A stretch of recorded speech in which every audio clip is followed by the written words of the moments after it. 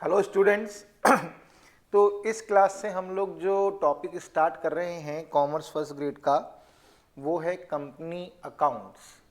तो company accounts के अंदर बेसिकली पहले हम सारे कंसेप्ट्स को समझेंगे, थ्योरी को डिस्कस करेंगे, क्योंकि थ्योरेटिकल क्वेश्चंस जो है एग्ज़ाम के अंदर सबसे ज़्यादा पूछे जाते हैं और इन्हीं के पूछे जाने की संभावना सबसे ज़्यादा होती है। तो चलिए इस टॉपिक को हम पढ़ना स्टार्ट करते हैं। तो यहाँ पर हम देखते हैं, सबसे पहले हम बात करेंगे कंपनी की मीनिंग के बारे में और कंपनी की कैरेक्टरिस्टिक्स के बारे में, यानी कि कंपनी के अर्थ एवं विशेषताओं का जो अध्ययन है हम सबसे पहले करेंगे। तो देखिए, हम सबसे पहले मीनिंग की बात करते हैं। अ company is a voluntary association. A company is a voluntary association of a person established through the process of law. Established through the process of law for carrying on a business. यानी कि यहाँ पर हमको क्या कहा जा रहा है कि कंपनी स्व इच्छा से निर्मित व्यक्तियों का क्या है, एक संघ है। कंपनी स्व इच्छा से निर्मित व्यक्तियों का एक संघ है जिसका निर्माण जो है एक कानूनी प्रक्रिया के द्वारा किसी व्यवसाय को करने के लिए किया जाता है। यानी कि कंपनी स्व इच्छा से निर्मित व्यक्तियों का एक संघ होता है जिसका निर्माण कानूनी प्रक्रिया के द्वारा किसी व्यवसाय को करने के लिए किया जाता है। तो यहाँ पर हम लोगों ने कंपनी का अर्थ समझ लिया कि कंपनी स्व इच्छा से निर्मित व्यक्तियों का एक संघ होता है जिसका निर्माण कानूनी प्रक्रिया द्वारा किसी व्यवसाय को करने के लिए किया जाता है। It is an artificial person in the eyes of law and is distinct from its member. यानी कि यहाँ पर क्या कहा जा रहा है कि कंपनी एक क्या होती है, आर्टिफिशियल पर्सन होती है, यानी कि एक कृत्रिम व्यक्ति होती है और इसका अस्तित्व जो है वो इसके सदस्यों से क्या होता है, पृथक होता है। यानी कि कंपनी की एक सेपरेट लीगल एंटिटी होती है, क्योंकि कानून की नज़रों में कंपनी एक आर्टिफिशियल पर्सन होती है। कंपनी क्या होती है, एक आर्टिफिशियल पर्सन होती है और इसका जो अस्तित्व है वो अपने सदस्यों से क्या होता है, पृथक होता है। It has a share capital which is divided into share. इसकी अंश पूंजी होती है जो कि अंशों में क्या होती है, विभाजित होती है। यानी कि इसकी क्या होती है, शेयर कैपिटल होती है जो कि किस में डिवाइडेड होती है, शेयर्स के अंदर डिवाइडेड होती है। The owner of these share are called members. यानी कि इन अंशों के जो स्वामी होते हैं वो कंपनी के सदस्य कहलाते हैं या अंशधारक यानी कि शेयर होल्डर कहलाते हैं। क्या कहलाते हैं, अंशधारक यानी कि शेयर होल्डर कहलाते हैं। Since a company itself is an artificial person, so the death or insolvency of any member does not affect the company। यानी कि कंपनी अपने आप में एक कृत्रिम व्यक्ति होती है, कंपनी का अस्तित्व उसके सदस्यों से अलग होता है, इसलिए किसी सदस्य के दिवालिया होने से, किसी सदस्य के मर जाने से इसके अस्तित्व पर कोई भी प्रभाव नहीं पड़ता है। तो यदि हम लोग कंपनी के अर्थ को समझें तो देखो यहाँ पर दो तीन बातें जो हैं हमारे सामने बिल्कुल क्लियर हो रही है कि भाई कंपनी क्या होती है। कंपनी स्व इच्छा से निर्मित व्यक्तियों का एक संघ होती है और इस संघ का निर्माण जो है कानूनी प्रक्रिया के द्वारा किसी व्यवसाय को करने के लिए किया जाता है। कंपनी कानून की नज़रों में एक कृत्रिम व्यक्ति यानी कि आर्टिफिशियल पर्सन होती है और इसका अस्तित्व जो है वो इसके सदस्यों से क्या होता है, पृथक होता है। कंपनी का जो अस्तित्व है, जो एंटिटी है, वो इसके मेंबर्स से अलग होती है। कंपनी की क्या होती है, शेयर कैपिटल होती है, जो कि क्या होती है, शेयर्स के अंदर क्या होती है, डिवाइड होती है। और इन अंशों के जो स्वामी होते हैं, जो होल्डर होते हैं, वो कंपनी के मेंबर्स यानी कि सदस्य कहलाते हैं, जिन्हें हम शेयर होल्डर्स कहते हैं।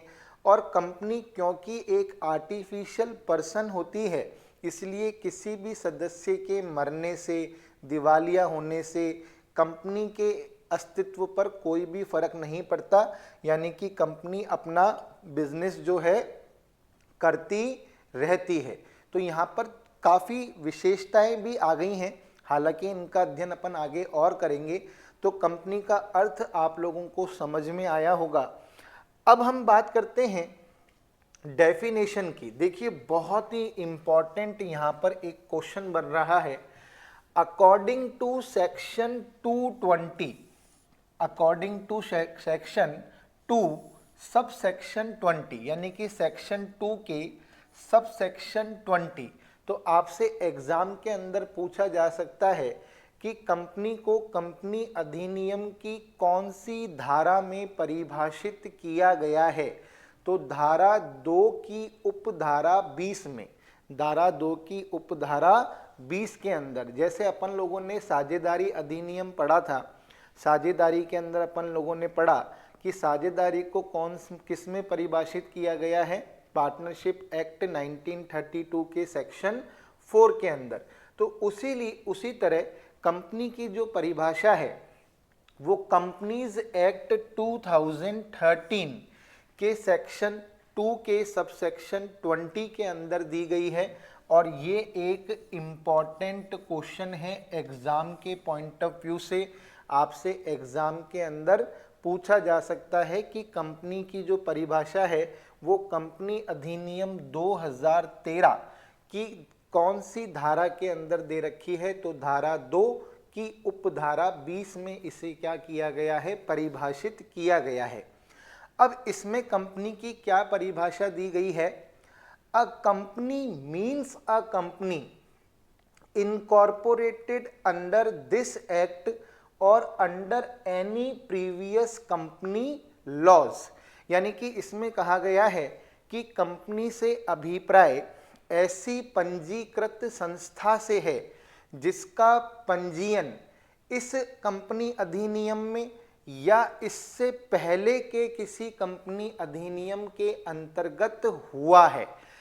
इसके अंदर क्या कहा गया है, देखिए यहाँ पर नोट्स भले ही इंग्लिश में हैं और वो मैंने इसलिए लिखे हैं क्योंकि हिंदी मीडियम की बुक्स के अंदर इतना मैटर नहीं मिला जितना कि इंग्लिश मीडियम की बुक्स के अंदर मिला।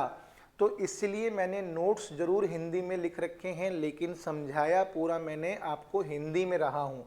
तो कंपनी से आशय एक ऐसी पंजीकृत संस्था से है जिसका पंजीकरण या तो इस कंपनी अधिनियम में, इस कंपनी अधिनियम से मतलब क्या है, कंपनीज सॉरी, तो वापस मैं रिपीट कर देता हूं कि इस धारा में क्या कहा गया है कि कंपनी से आशय ऐसी पंजीकृत संस्था से है जिसका पंजीकरण इस कंपनी अधिनियम में, यानी कि इस कंपनी अधिनियम से मतलब कंपनीज अधिनियम 2013 में हुआ है या इससे पहले के किसी कंपनी अधिनियम के अंतर्गत हुआ है। यानी कि कंपनी का जो पंजीकरण है वो अनिवार्य होता है, कंपनी का रजिस्ट्रेशन यानी कि क्या होता है, कंपलसरी होता है। तो यहाँ पर साफ कह दिया है कि भाई कंपनी से आशय एक ऐसी पंजीकृत संस्था से है जिसका पंजीकरण इस कंपनी अधिनियम में या इससे पहले के किसी कंपनी अधिनियम के अंतर्गत हुआ है। तो यहाँ पर अपन बात करते हैं, पहले कंपनी अधिनियम कौन सा चलता था, 1956, लेकिन वर्तमान में कौन सा कंपनी अधिनियम चलता है, कंपनी अधिनियम 2013। अब देखिए प्रोफेसर हैने ने प्रोफेसर हैने ने कंपनी की बहुत ही सुंदर परिभाषा दी है। इन्होंने बहुत सारी चीज़ों को बहुत कम शब्दों के अंदर एक्सप्लेन कर दिया। तो इन्होंने क्या कहा, अ company is an artificial person created by law having separate legal entity with perpetual succession and a common seal. यानी कि इन्होंने कंपनी की सारी क्वालिटीज अब एक ही बार में बता दी। इन्होंने क्या कहा कि कंपनी क्या है, कंपनी एक कृत्रिम व्यक्ति है जिसका निर्माण कानून के द्वारा हुआ है, जिसका अस्तित्व अपने सदस्यों से पृथक होता है, जिसके पास शाश्वत उत्तराधिकार होता है, यानी कि सदस्य के मरने से, दिवालिया होने से, पागल होने से इसके अस्तित्व पर कोई प्रभाव नहीं पड़ता, और कंपनी की खुद की एक सार्वमुद्रा होती है। यानी कि इन्होंने अपनी परिभाषा के अंदर सारी बातों को एक बार के अंदर ही बता दिया कि अ company is an artificial person created by law having separate legal entity with perpetual succession and a common seal. यानी कि कंपनी क्या है, कंपनी एक कृत्रिम व्यक्ति है जिसका जन्म कानून से हुआ है, जिसका पृथक वैधानिक अस्तित्व होता है, जिसके पास शाश्वत उत्तराधिकार होता है, और जिसकी खुद की एक क्या होती है, सार्वमुद्रा होती है। तो इन्होंने कंपनी की परिभाषा बहुत ही सुंदर शब्दों में एक बार में ही दे दी, और सारी की सारी क्वालिटीज़ जो हैं कंपनी की वो एक ही बार में बता दी। और कंपनी अधिनियम 2013 के धारा 2 की उपधारा 20 के अंदर कंपनी की परिभाषा क्या दी गई है कि कंपनी से आशय एक ऐसी संस्था से है जिसका समामेलन इस कंपनी अधिनियम के अंतर्गत या इससे पहले के किसी कंपनी अधिनियम के अंतर्गत हुआ है, उसे उस संस्था को क्या कहा जाता है, कंपनी कहा जाता है। अब देखिए, हम बात करते हैं कंपनी की कैरेक्टरिस्टिक्स यानी कि फीचर्स यानी कि विशेषताओं के बारे में, कि एक कंपनी के अंदर कौन कौन सी क्या होती है, विशेषताएं होती हैं। यदि कंपनी की विशेषताओं की हम चर्चा करें तो कंपनी की पहली विशेषता क्या है, इनकॉर्पोरेशन, यानी कि कंपनी का जो रजिस्ट्रेशन है, समामेलन है, वो अनिवार्य होता है। जबकि अगर हम सोल प्रोप्राइटरशिप की बात करें तो उसका रजिस्ट्रेशन कंपलसरी नहीं होता। यदि हम पार्टनरशिप की बात करें तो उसका रजिस्ट्रेशन भी कंपलसरी नहीं होता। लेकिन अगर हम कंपनी की बात करें तो कंपनी का जन्म भी कानून से होता है और मरण भी कानून से होता है। यानी कि कंपनी एक इनकॉर्पोरेटेड ऑर्गेनाइजेशन होती है, यानी कि एक समामेलित संस्था होती है। बिना रजिस्ट्रेशन के कंपनी का जन्म नहीं हो सकता। It is formed and registered under the law the companies act 2013। यानी कि कंपनी की पहली विशेषता क्या है कि ये एक समामेलित संस्था होती है।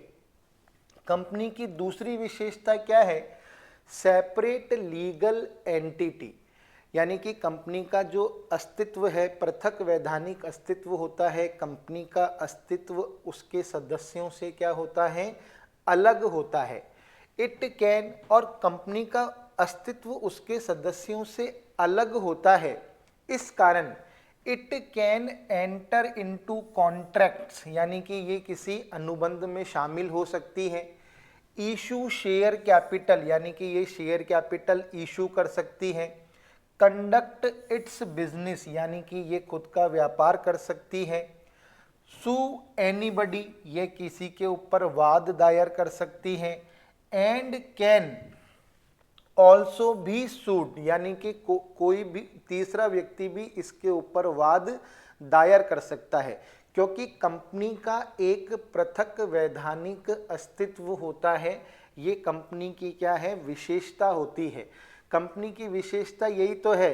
कंपनी की विशेषता क्या है कि भाई एक तो ये इनकॉर्पोरेटेड होती है, यानी कि समामेलित होती है। कंपनी का क्या होता है, पृथक वैधानिक अस्तित्व होता है, और पृथक वैधानिक अस्तित्व होने के कारण ये किसी अनुबंध में शामिल हो सकती है ना, किसी सॉरी, ये किसी अनुबंध में शामिल हो सकती है, ये अंशों का निर्गमन कर सकती है, ये व्यापार का संचालन कर सकती है, ये किसी के ऊपर वाद दायर कर सकती है, और कोई तीसरा पक्षकार भी इसके ऊपर वाद दायर कर सकता है, दूसरा पक्षकार भी इसके ऊपर वाद दायर कर सकता है। परपेचुअल एग्जिस्टेंस का मतलब क्या होता है? शाश्वत अस्तित्व या शाश्वत उत्तराधिकार। The existence of a company is not affected due to bank corruption, death and lunacy of its members। यानी कि ये क्या कह रहे हैं कि कंपनी के अस्तित्व पर उसके सदस्यों के दिवालिया होने, मर जाने और पागल होने का कोई प्रभाव नहीं पड़ता है। कंपनी अपना व्यापार करती रहती है क्योंकि कंपनी का क्या होता है? एक परपेचुअल एग्जिस्टेंस होता है, और क्योंकि कंपनी का अपने सदस्यों से पृथक वैधानिक अस्तित्व होता है, इसलिए किसी सदस्य के दिवालिया होने से, मर जाने से, पागल हो जाने से कंपनी के अस्तित्व पर कोई भी प्रभाव नहीं पड़ता है। कंपनी की चौथी विशेषता क्या है? Limited liability. The liability of share holder is limited up to the face value of shares. यानी कि कंपनी के जितने भी सदस्य होते हैं उनका दायित्व उनके द्वारा खरीदे गए अंशों के सम मूल्य तक क्या होता है? तक ही सीमित होता है। जैसे सपोज करो एक शेयर होल्डर है ए, उसने किसी कंपनी के 10,000 शेयर्स खरीदे। कितने शेयर्स खरीदे? 10,000 शेयर्स खरीदे, और एक शेयर की कीमत कितनी है? 10 रुपये। तो जो ए है इसका दायित्व कंपनी के प्रति कितने रुपए तक होगा? इसके द्वारा खरीदे गए अंशों के सम मूल्य तक, यानी कि 1 लाख रुपए तक ही इसका क्या होगा? दायित्व होगा। यानी कि कंपनी के जो सदस्य होते हैं उनका दायित्व क्या होता है? सीमित होता है। उनका दायित्व क्या होता है? सीमित। जबकि सोल प्रोप्राइटरशिप और पार्टनरशिप के अंदर दायित्व क्या होता है? असीमित होता है। लेकिन कंपनी के अंदर दायित्व क्या होता है? सीमित होता है। The liability of a share holder is limited up to the face value of shares. अब शेयर्स की फेस वैल्यू कितनी आ रही है? 10 रुपए के हिसाब से 1 लाख रुपए। तो जो ए है, कंपनी इससे कितने रुपए मांगने का हक रखती है? 1 लाख रुपए मांगने का हक रखती है। 1 लाख रुपए से ज़्यादा ए से नहीं मांग सकती। तो कंपनी के सदस्यों का दायित्व क्या होता है? सीमित होता है। तो कंपनी की 4 विशेषताएं अपन लोगों ने यहाँ तक देख ली कि कंपनी एक समामेलित संस्था होती है, कंपनी का पृथक वैधानिक अस्तित्व होता है, कंपनी का शाश्वत अस्तित्व या सतत उत्तराधिकार होता है, कंपनी के सदस्यों का दायित्व क्या होता है? सीमित होता है। 5वीं विशेषता क्या है? Transferability of shares. Transferability of shares. तो देखिए, the share of a public company are freely transferable. यानी कि कंपनी के जो शेयर्स होते हैं उनको आप आसानी से क्या कर सकते हो? हस्तांतरित कर सकते हो। While the issue of a private company can be transferred subject to fulfilment of certain conditions. देखो, कंपनी 2 तरीके की होती है।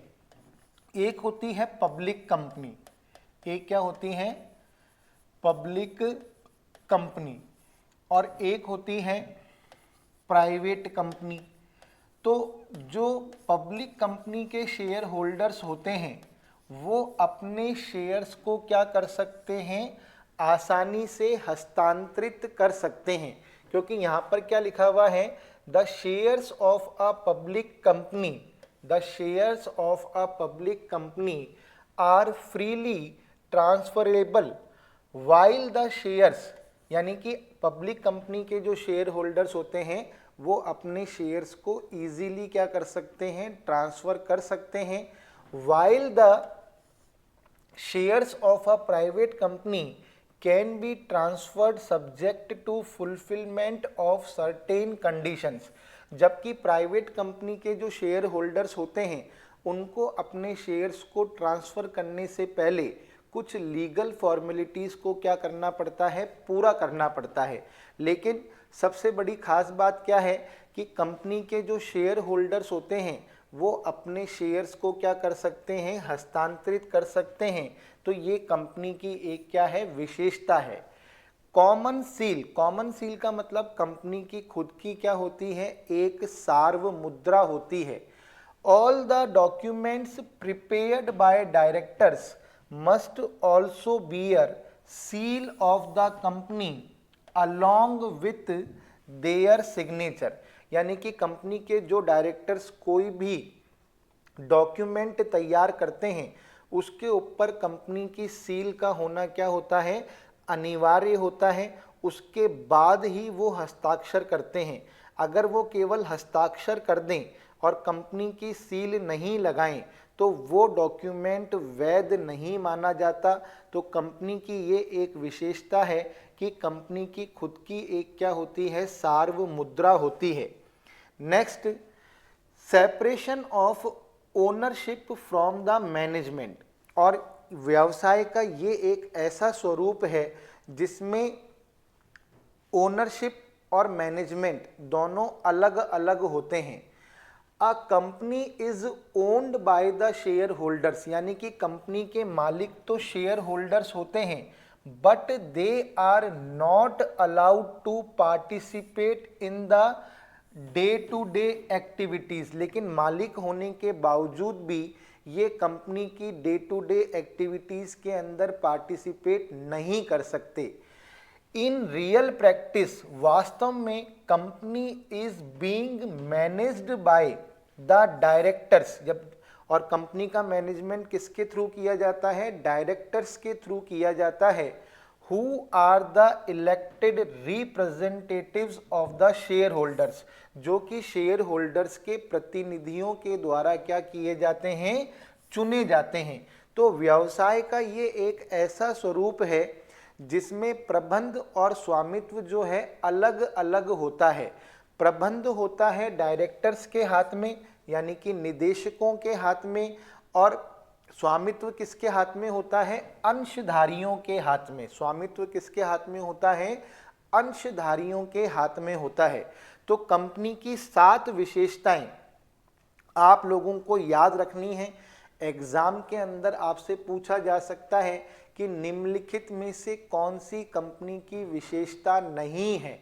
तो हमें ये 7 विशेषताएं याद होनी चाहिए कि कंपनी एक समामेलित संस्था होती है, कंपनी का पृथक वैधानिक अस्तित्व होता है, कंपनी का शाश्वत उत्तराधिकार या शाश्वत अस्तित्व होता है, कंपनी के सदस्यों का दायित्व सीमित होता है, कंपनी के अंशों को हस्तांतरित किया जा सकता है, कंपनी की एक सार्वमुद्रा होती है, और कंपनी का स्वामित्व और प्रबंध क्या होता है, अलग अलग होता है। कंपनी का स्वामित्व और प्रबंध क्या है, अलग अलग होता है।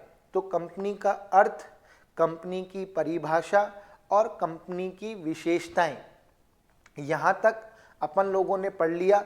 अब हम आगे पढ़ते हैं, तो ध्यान से सुनिएगा।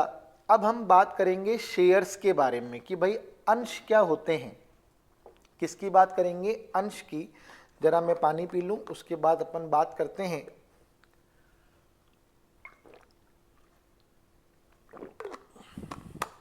अब देखिए आगे क्या आ रहा है। तो कंपनी का अर्थ हो गया, कंपनी की परिभाषा, कंपनी की विशेषताएं हो गई। अब हम बात करेंगे अंशों के बारे में कि भाई अंश क्या होते हैं।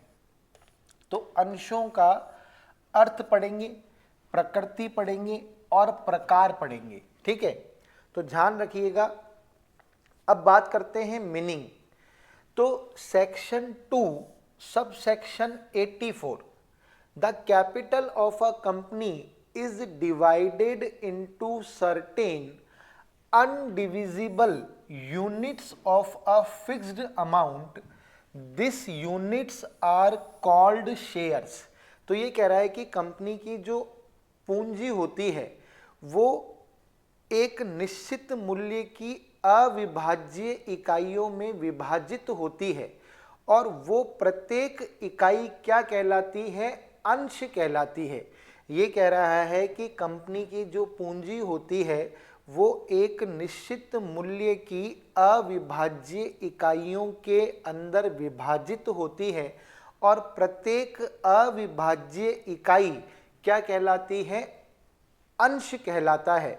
या अब यहाँ पर देखिए, सपोज कीजिए कि किसी कंपनी की पूंजी है 1 करोड़ रुपए। कितनी है? 1 करोड़ रुपए। और ये 1 करोड़ रुपए जो है 10 रुपए वाले अंशों के अंदर क्या है, विभाजित है। तो यानी कि अगर मैं 10 से इसको भाग दूं तो इसका मतलब है कि इस कंपनी के पास कितने अंश हैं? इस कंपनी के पास हैं 10 लाख अंश। कितने अंश हैं? 10 लाख अंश। तो यानी कि इस कंपनी की पूंजी 10 रुपए वाले 10 लाख अंशों के अंदर क्या है, विभाजित है और एक अंश की कीमत कितनी है, 10 रुपए। तो कंपनी की जो पूंजी होती है वो एक निश्चित मूल्य की अविभाज्य इकाइयों में क्या होती है, विभाजित होती है और प्रत्येक अविभाज्य इकाई क्या कहलाता है, अंश कहलाता है। यानी कि प्रत्येक अविभाज्य इकाई क्या कहलाती है, अंश कहलाती है। तो ध्यान रखिएगा, मैंने आपको एग्जाम्पल देकर भी समझा दिया कि किसी कंपनी की जो कुल पूंजी है वो है 1 करोड़ रुपए, जो कि 10 रुपए वाले अंशों के अंदर क्या है, विभाजित है। तो इस कंपनी के पास कितने अंश हैं, 10 लाख अंश हैं। यानी कि इस कंपनी की जो पूंजी है वो 10 रुपए वाले 10 लाख अंशों में विभाजित है और एक अंश की कीमत कितनी है, 10 रुपए है। कितनी है, 10 रुपए। तो अपन ने अंशों का अर्थ तो पढ़ लिया कि भाई अंश का अर्थ क्या होता है, यानी कि एक ऐसी इकाई जिसमें कंपनी की अंश पूंजी को क्या किया जाता है, विभाजित किया जाता है और इस इकाई का क्या होता है, निश्चित मूल्य होता है। यानी कि एक ऐसी इकाई जिसका निश्चित मूल्य होता है और इस इकाई के अंदर कंपनी की अंश पूंजी को क्या किया जाता है, विभाजित किया जाता है। अब हम बात करते हैं अंशों की प्रकृति के बारे में कि भाई अंश की प्रकृति किस प्रकार की होती है। The shares of a company shall be movable property, यानी कि ये एक गतिशील क्या होती है, संपत्ति होती है। क्या होती है, गतिशील संपत्ति। तो अंश की प्रकृति क्या होती है कि ये एक मूवेबल प्रॉपर्टी होती है। दे कैन बी बॉट, जिसे बेचा जा सकता है, सोल्ड, जिसे खरीदा जा सकता है, हाइपोथिकेटेड, यानी कि जिसे बंधक के रूप में रखा जा सकता है। हाइपोथिकेटेड का मतलब क्या होता है, जिसे बंधक के रूप में रखा जा सकता है।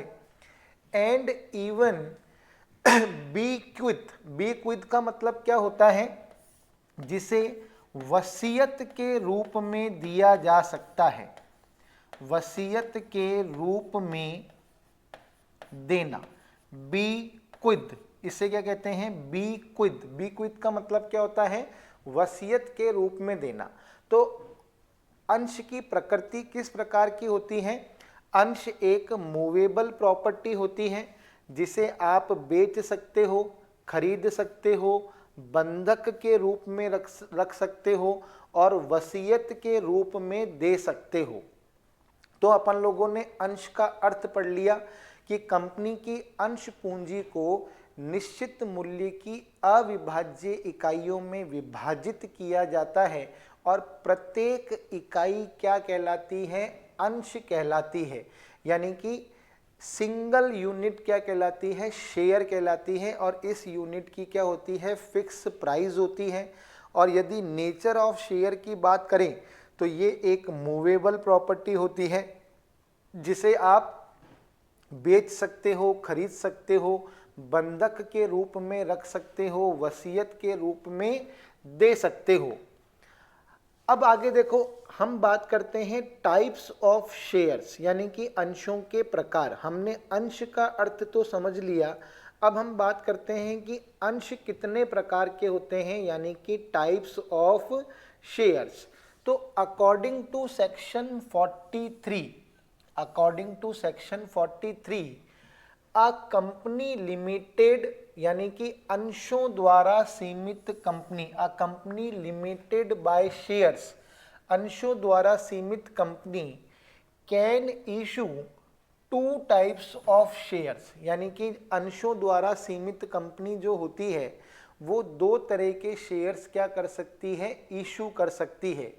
एक तो होते हैं प्रेफरेंस शेयर और एक होते हैं इक्विटी शेयर। प्रेफरेंस शेयर को हम हिंदी में कहते हैं पूर्वाधिकार अंश, और इक्विटी शेयर्स को अपन हिंदी में कहते हैं समता अंश। क्या कहते हैं? समता अंश। तो अंशों द्वारा सीमित कंपनी जो होती है वो दो तरह के शेयर्स इशू कर सकती हैं।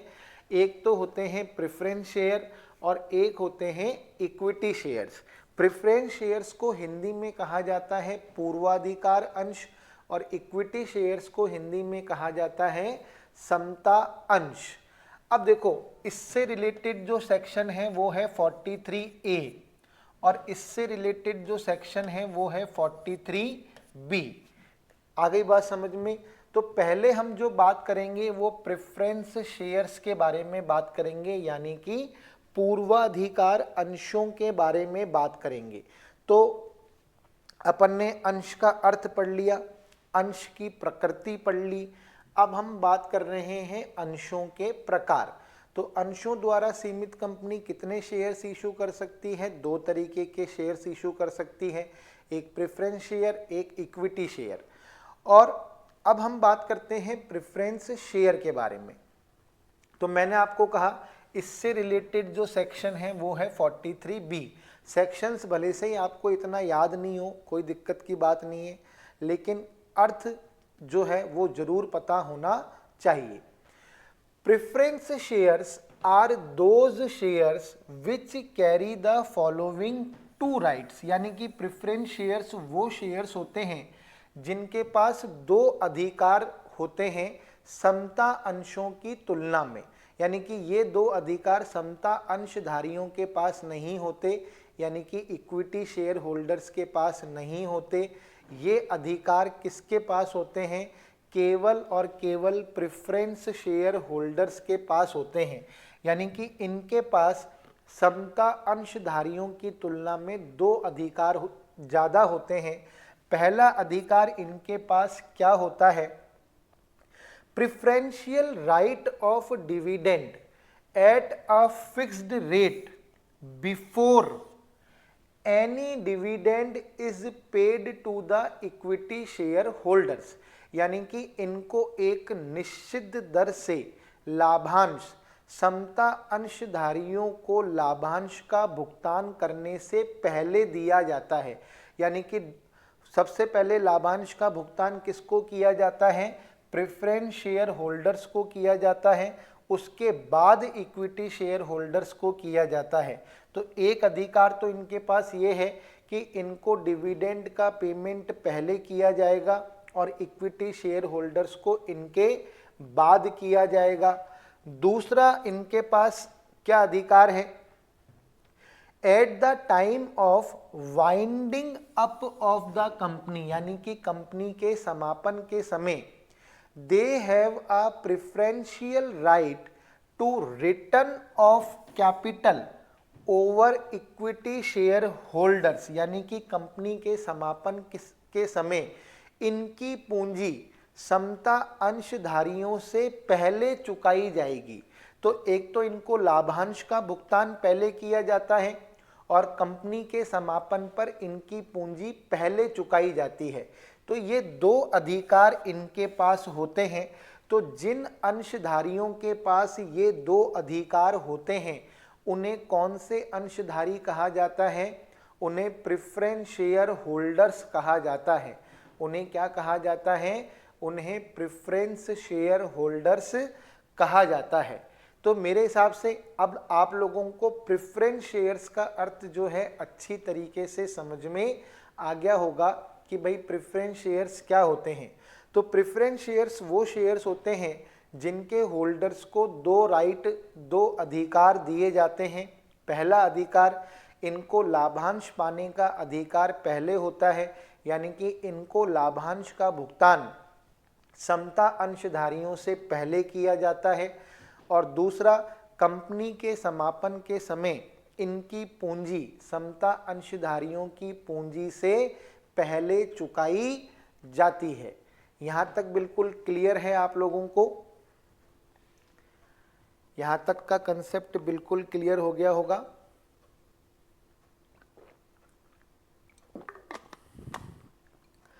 अब देखिए आगे,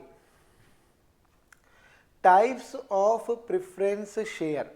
हम बात करते हैं कि अब प्रेफरेंस शेयर्स कितने टाइप के होते हैं। हमने प्रेफरेंस शेयर्स का अर्थ तो पढ़ लिया, अब हम बात करते हैं कि प्रेफरेंस शेयर कितने प्रकार के होते हैं। तो देखिए, preference share can be classified on the following basis. तो देखिए, प्रेफरेंस शेयर्स जो होते हैं इनको 4 आधारों पर वर्गीकृत किया जाता है। कितने आधारों पर? 4 आधारों पर। ऑन द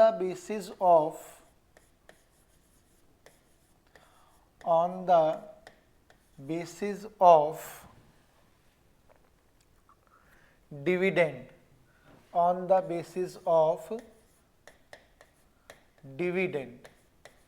दूसरा, on the basis of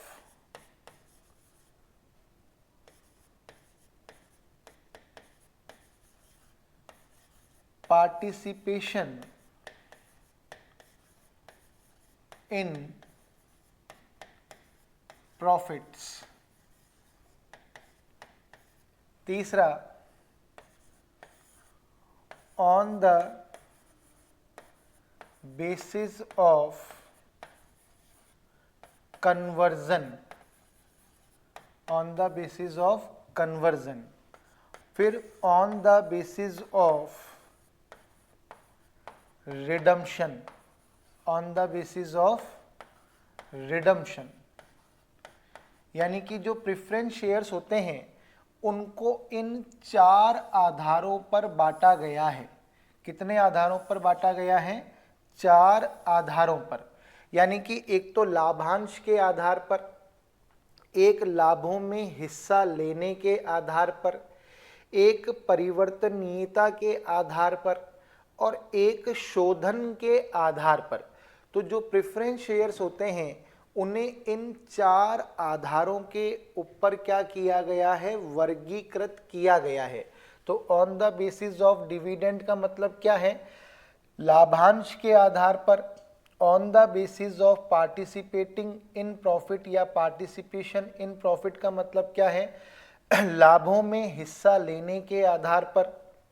on the basis of conversion का मतलब क्या है? परिवर्तनीयता के आधार पर। On the basis of redemption का मतलब क्या है? शोधन के आधार पर। तो देखिए, यदि हम on the basis of dividend की बात करें तो एक तो होते हैं क्यूमुलेटिव प्रेफरेंस शेयर। क्या होते हैं? Cumulative preference share.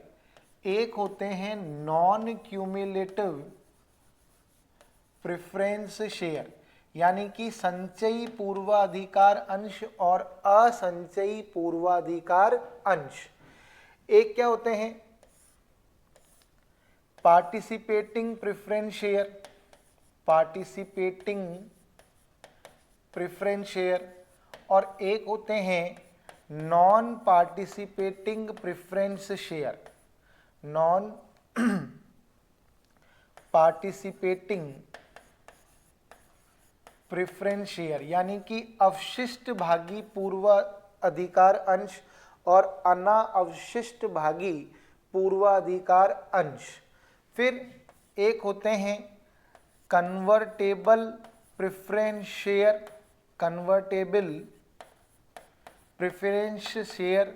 और एक होते हैं नॉन कन्वर्टेबल प्रेफरेंस शेयर, यानी कि परिवर्तनीय पूर्वाधिकार अंश और अपरिवर्तनीय पूर्वाधिकार अंश।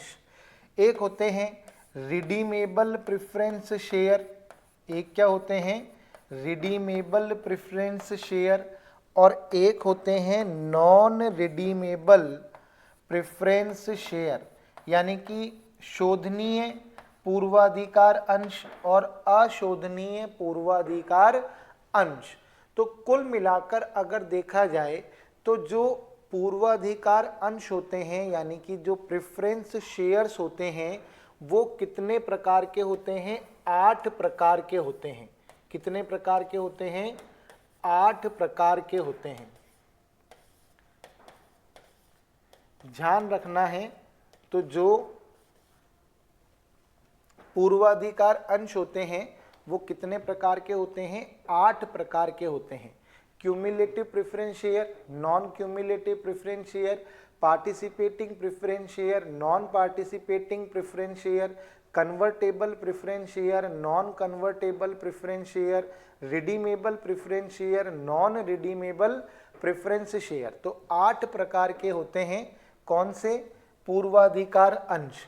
यदि अब हम बात करें तो देखिए टाइप्स ऑफ प्रेफरेंस शेयर, तो सबसे पहले अपन जो बात करेंगे वो किसके बारे में बात करेंगे, on the basis of dividend, यानी कि लाभांश के आधार पर। तो क्यूमुलेटिव प्रेफरेंस शेयर का मतलब क्या है, संचयी पूर्वाधिकार अंश। नॉन क्यूमुलेटिव प्रेफरेंस शेयर का मतलब क्या है, असंचयी पूर्वाधिकार अंश। तो क्यूमुलेटिव प्रेफरेंस शेयर क्या होते हैं, cumulative preference share are those preference share which carry right to receive the payment of arrear of dividend, to receive the payment of arrear of dividend before the payment of dividend to the equity shareholder, यानी कि इन्हें अपना बकाया लाभांश पाने का अधिकार होता है।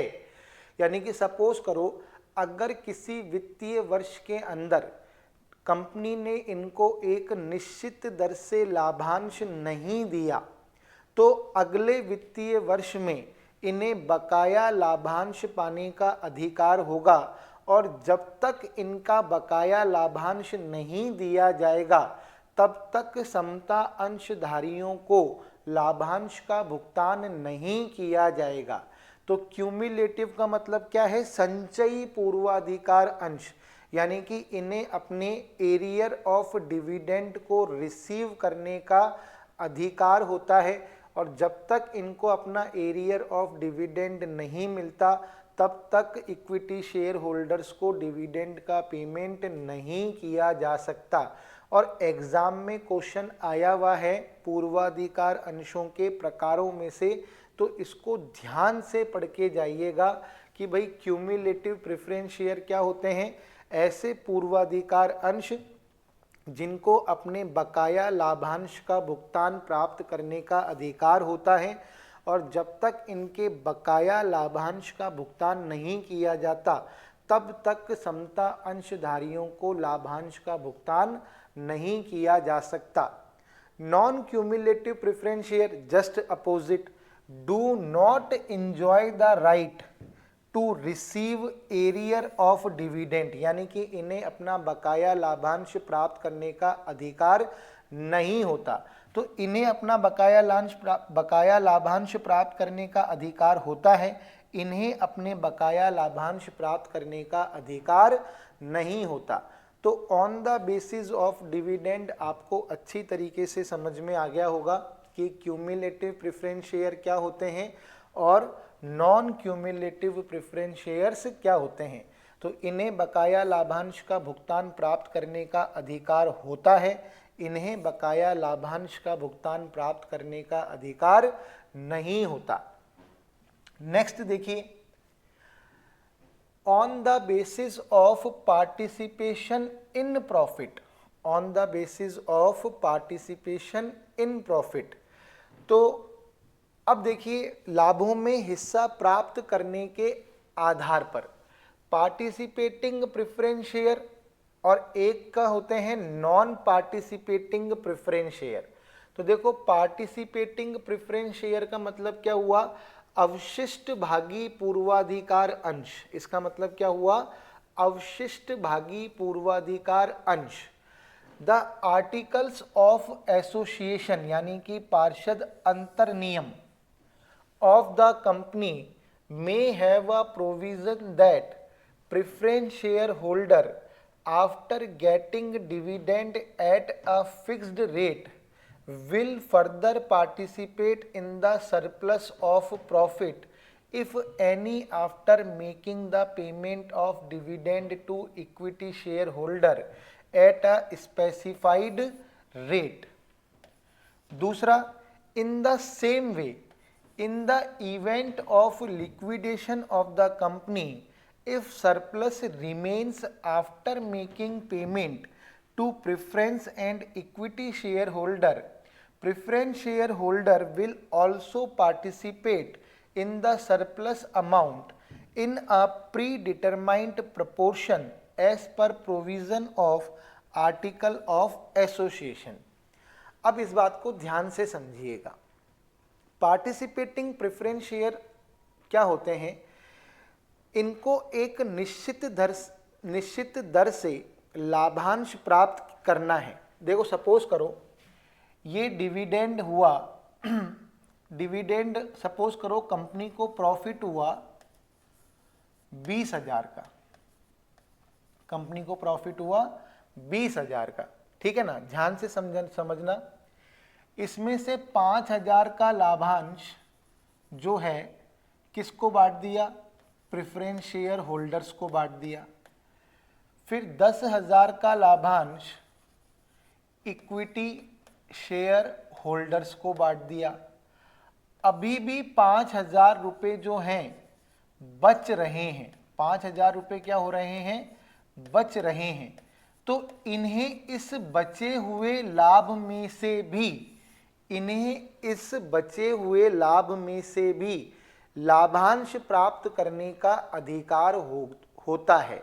यानी कि इनको खुद को लाभांश बांटने के बाद, इक्विटी शेयर होल्डर्स को लाभांश बांटने के बाद जो लाभ बच जाता है उस लाभ में से भी इनको जो है लाभांश प्राप्त करने का क्या होता है, अधिकार होता है।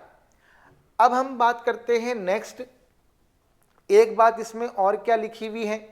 सपोज करो कंपनी का समापन हुआ, कंपनी का समापन करने के बाद यानी कि सभी दायित्वों को चुकाने के बाद जो पैसे बचे, सपोज करो 20 लाख रुपए बच गए। 20 लाख रुपए में पहले प्रेफरेंस शेयर होल्डर्स की कैपिटल को क्या कर दिया, रिटर्न कर दिया। फिर इक्विटी शेयर होल्डर्स की कैपिटल को भी रिटर्न कर दिया। उसके बाद भी सपोज करो 5 लाख रुपए बच गए, तो इन्हें इस बचे हुए भाग में से भी जो है बचे हुए भाग में से भी जो है एक हिस्सा प्राप्त करने का क्या होगा, अधिकार होगा। तो जो पार्टिसिपेटिंग प्रेफरेंस शेयर होते हैं इन्हें दो फायदा होता है। इन्हें दो फायदे क्या होते हैं, पहला फायदा इनको ये होता है कि प्रॉफिट में से लाभांश बांटने के बाद भी अगर कुछ प्रॉफिट बच जाए तो इन्हें उस प्रॉफिट में से भी हिस्सा प्राप्त करने का अधिकार होता है। और एक इन्हें दूसरा फायदा क्या होता है कि जब भी कंपनी को बंद किया जाता है तो इनकी पूंजी लौटाने के बाद, समता अंशधारियों की पूंजी लौटाने के बाद भी यदि कुछ पैसे बच जाएं तो उसमें से भी इन्हें हिस्सा प्राप्त करने का अधिकार होता है। तो ये फायदा होता है किसको, पार्टिसिपेटिंग प्रेफरेंस शेयर को। किसको, पार्टिसिपेटिंग प्रेफरेंस शेयर्स को। Next, non participating preference share. अब इनको क्या होता है, इनको ये फायदा नहीं होता। सच preference share gate dividend at a fixed rate, यानी कि इन्हें एक निश्चित दर से लाभांश प्राप्त करने का अधिकार होता है। इसके अलावा इन्हें और कुछ भी अधिकार नहीं होता, यानी कि ये बचे हुए लाभों में से हिस्सा प्राप्त नहीं कर सकते। अगर कंपनी के समापन पर कुछ पैसा बच जाए तो ये उस बचे हुए पैसे में से भी हिस्सा प्राप्त नहीं कर सकते, जबकि पार्टिसिपेटिंग प्रेफरेंस शेयर प्राप्त कर सकते हैं, लेकिन नॉन पार्टिसिपेटिंग प्रेफरेंस शेयर को केवल एक निश्चित दर से लाभांश प्राप्त करने का अधिकार होता है, इसके सिवा इन्हें और कोई अधिकार नहीं होता।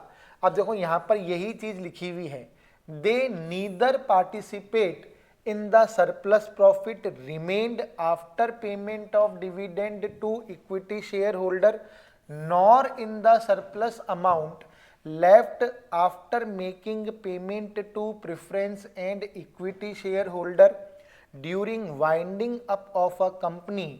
Usually preference shares are non participating, यानी कि अधिकतर जो पूर्वाधिकार अंश होते हैं वो नॉन पार्टिसिपेटिंग ही होते हैं।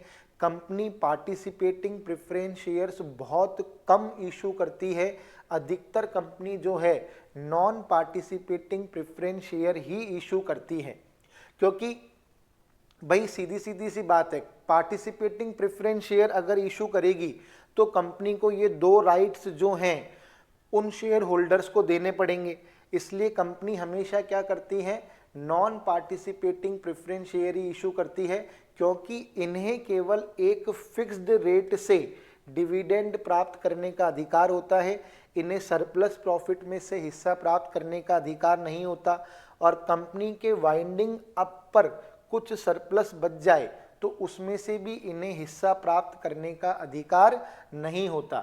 इसलिए कंपनी अधिकतर जो है नॉन पार्टिसिपेटिंग प्रेफरेंस शेयर क्या करती है, इशू करती है। फिर देखो, on the basis of redemption, यानी कि शोधन के आधार पर इररिडीमेबल प्रेफरेंस शेयर और रिडीमेबल प्रेफरेंस शेयर, यानी कि शोधनीय अशोधनीय पूर्वाधिकार अंश और शोधनीय पूर्वाधिकार अंश। अब यदि मैं इररिडीमेबल प्रेफरेंस शेयर्स की बात करूं, as per section 55 sub section 1 of Companies Act 2013, company limited by shares not issue any preference share which are irredeemable after the commencement of this act, यानी कि जब से कंपनी अधिनियम 2013 लागू हुआ है तब से कोई भी कंपनी इस अधिनियम की धारा 55 की उपधारा 1 के अनुसार अशोधनीय पूर्वाधिकार अंश जारी नहीं कर सकती, यानी कि वर्तमान में कोई भी company irredeemable preference share issue नहीं कर सकती, यानी कि अशोधनीय पूर्वाधिकार अंश इशू नहीं कर सकती। रिडीमेबल प्रेफरेंस शेयर यानी कि शोधनीय पूर्वाधिकार अंश according to section 55 subsection 2, a company limited by share यानी कि अंशों द्वारा सीमित कंपनी में if so authorized by its articles, यानी कि अगर इस कंपनी का आर्टिकल ऑफ एसोसिएशन का अंतर नियम इसे अधिकार देता है, तो ये क्या कर सकती है, issue preference share which are redeemable, यानी कि जो रिडीमेबल प्रेफरेंस शेयर है वो इशू कर सकती है with a period not exceeding 20 years, यानी कि लेकिन उसे उन अंशों का शोधन 20 साल के अंदर अंदर करना पड़ेगा from the date of their issue, यानी कि कंपनी को कंपनी अधिनियम 2013 की उपधारा 55 की उपधारा 2 ये अधिकार देती है कि कंपनी अगर चाहे तो शोधनीय पूर्वाधिकार अंश इशू कर सकती है, लेकिन कंपनी को उसका शोधन निर्गमन की तिथि से 20 वर्ष के अंदर अंदर करना होगा। केवल इंफ्रास्ट्रक्चर कंपनी एक ऐसी कंपनी है जो 20 साल से अधिक अवधि के शोधनीय पूर्वाधिकार अंश इशू कर सकती है। However, an infrastructure company may issue redeemable preference share for a period exceeding 20 years। केवल इंफ्रास्ट्रक्चर कंपनी को ये अधिकार है कि वो 20 वर्ष से अधिक अवधि के शोधनीय पूर्वाधिकार अंश इशू कर सकती है। इंफ्रास्ट्रक्चर कंपनी के अलावा कोई भी कंपनी शोधनीय पूर्वाधिकार अंश इशू तो कर सकती है, लेकिन उसे उसका शोधन निर्गमन की तिथि से 20 वर्ष के अंदर अंदर करना होगा। तो शोधन के आधार पर दो तरीके के पूर्वाधिकार अंश होते हैं, एक होते हैं अशोधनीय पूर्वाधिकार अंश, एक होते हैं शोधनीय पूर्वाधिकार अंश, यानी कि इररिडीमेबल प्रेफरेंस शेयर और रिडीमेबल प्रेफरेंस शेयर।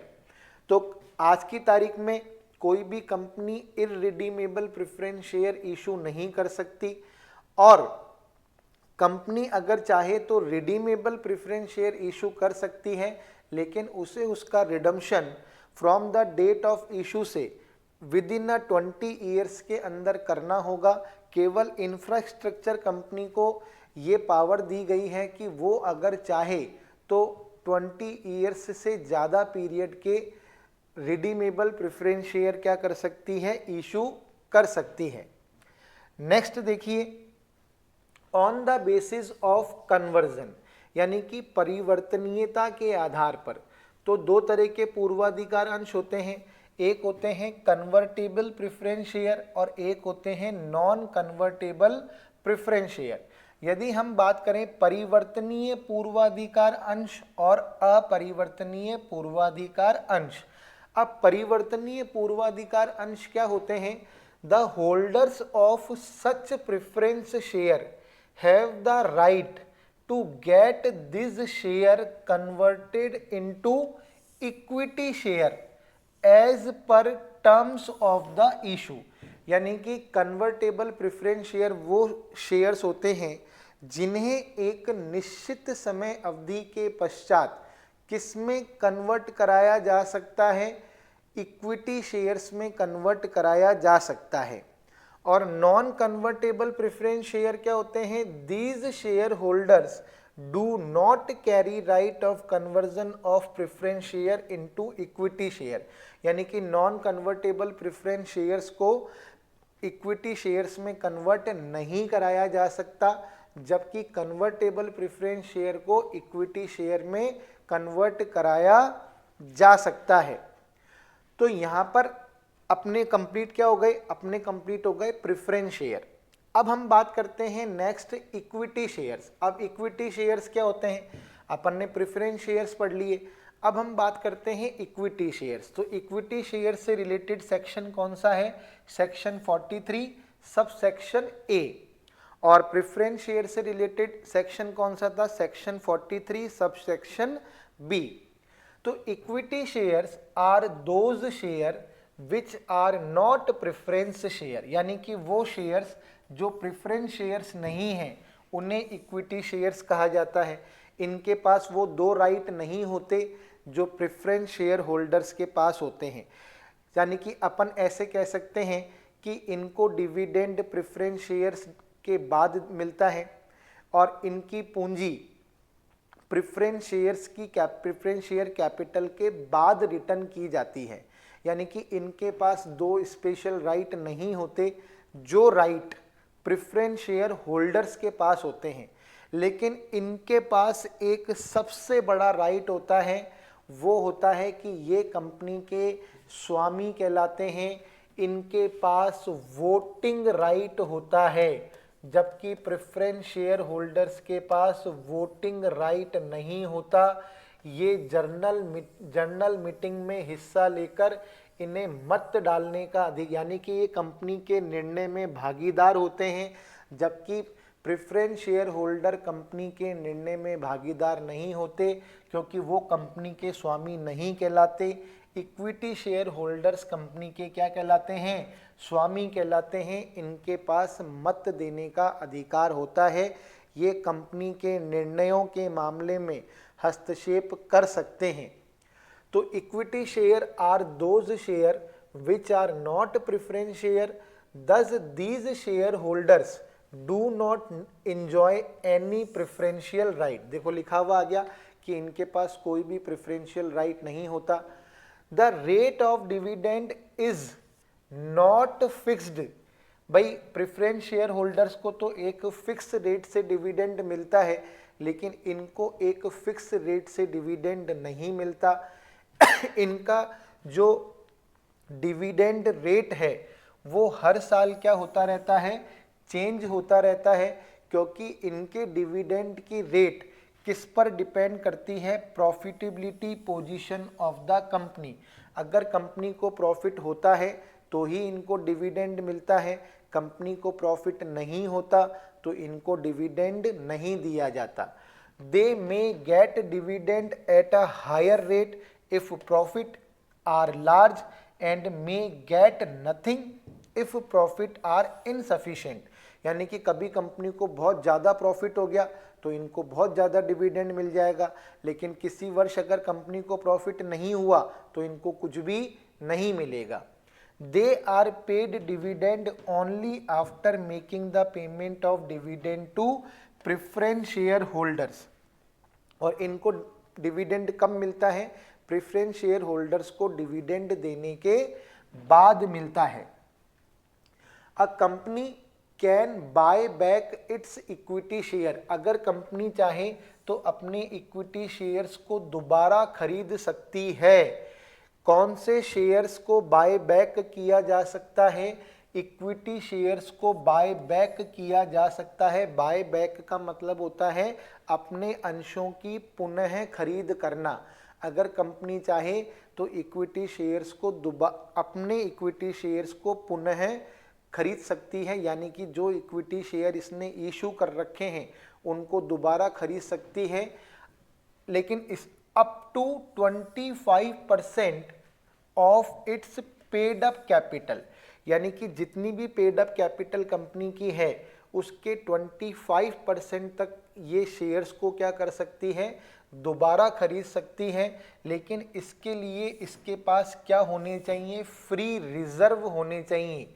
एज पर section 68 sub section 2 of the companies act 2013 company अपने इक्विटी शेयर्स को दोबारा खरीद सकती है। और कितने इक्विटी शेयर्स को दोबारा खरीद सकती हैं, पेड अप कैपिटल के 25% तक के शेयर कंपनी दोबारा खरीद सकती है। लेकिन इसके लिए कंपनी के पास कंपनी अधिनियम की धारा 68 की उपधारा 2 के अनुसार क्या होने चाहिए, फ्री रिजर्व होने चाहिए। Alternatively as regards the repayment of their capital is concerned, they will be paid at the time of winding up of the company if surplus remain after making payment to preference shareholder। और मैंने आपको बता ही दिया इनकी पूंजी कब लौटाई जाती है, जब प्रेफरेंस शेयर होल्डर्स की पूंजी को लौटा दिया जाता है उसके बाद इनकी पूंजी लौटाई जाती है।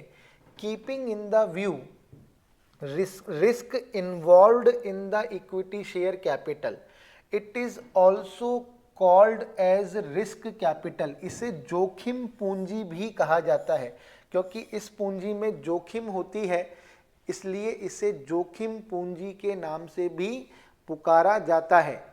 The holder of equity share are owner of the company. और इस इक्विटी शेयर होल्डर क्या कहलाते हैं, कंपनी के स्वामी कहलाते हैं।